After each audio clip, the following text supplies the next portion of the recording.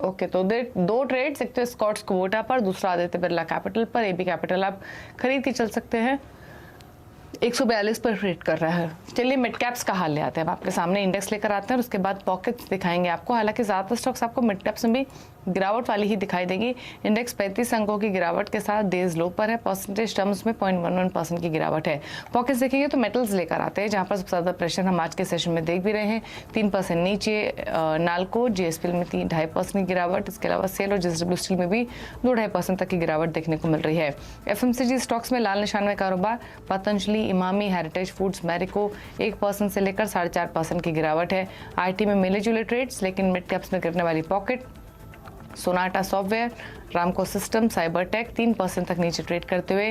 Realty में भी कमजोरी। महिंद्रा लाइफ, लोथा, शोभा, गोदरेज प्रॉपर्टीज ये लाल निशान में ट्रेड करते हुए आज के सेशन में।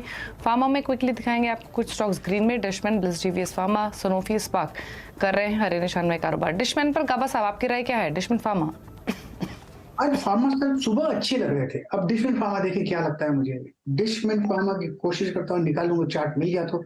आई थिंक डिशमैन फार्मा मुझे मिल नहीं रहा है चार्ट। लेट मी सी, एक बार और अटेम्प्ट करता हूँ। डिश नहीं मिल रहा है। आई थिंक मिस कर लूंगा। डिशमैन DISA दिखाई दे रहा है। I think will skip it.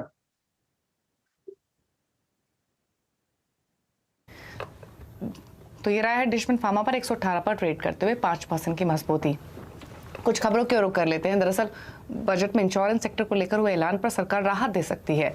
सूत्रों के मुताबिक 5 साल से ज्यादा के सालाना इंश्योरेंस प्रीमियम पर टैक्स के प्रस्ताव पर सरकार संशोधन कर सकती है। क्या है पूरी डिटेल्स बताने के लिए आलोक प्रियदर्शी हैं। आलोक बताइए।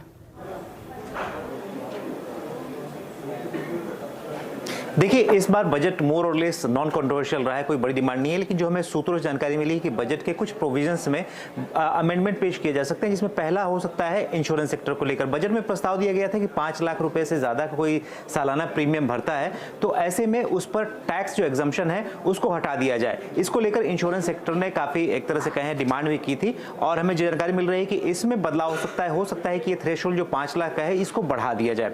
दूसरा जो मेजर अमेंडमेंट आ सकता है वो MSME डिलेड पेमेंट को लेकर। इसमें प्राइवेट एंटिटीज को शामिल किया गया था और इनकम टैक्स की एक्ट में बदलाव किया गया था कि अगर कोई एंटिटी अगर MSME को अपना पेमेंट नहीं करता है तो ऐसे में वो डायरेक्शन नहीं ले सकता।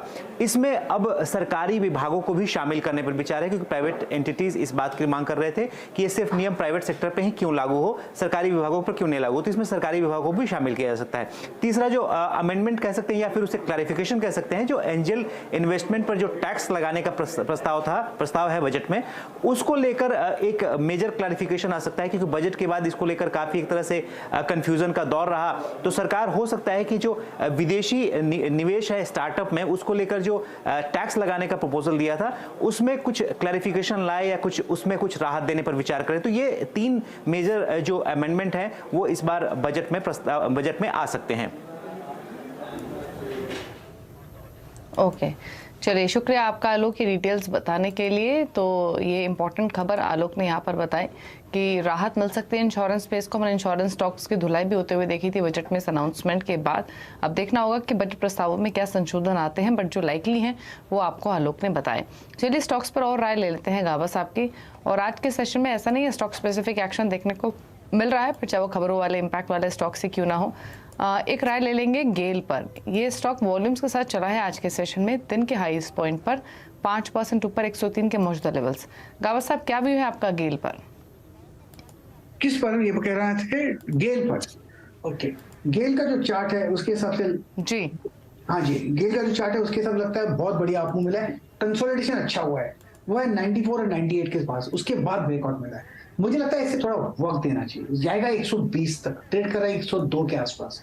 हाँ, सपोर्ट 98 के पास है, लेना चाहिए। अगर थोड़ा डिप मिलता है तो घबराना नहीं चाहिए, क्वांटिटी कम कर सकते हैं, रिस्क थोड़ा स्टॉप थोड़ा दूर है, लेकिन 120 मुझे नजर आता है। थोड़ी देर पहले हमने डिशमैन फार्मा की बात की थी, वो डिशमैन फार्मा तो नहीं मिलता था, शायद उसका नाम चेंज हुआ है, डीकैल हो गया। वो चाहे तो मैं आपको दिखा सकता हूँ।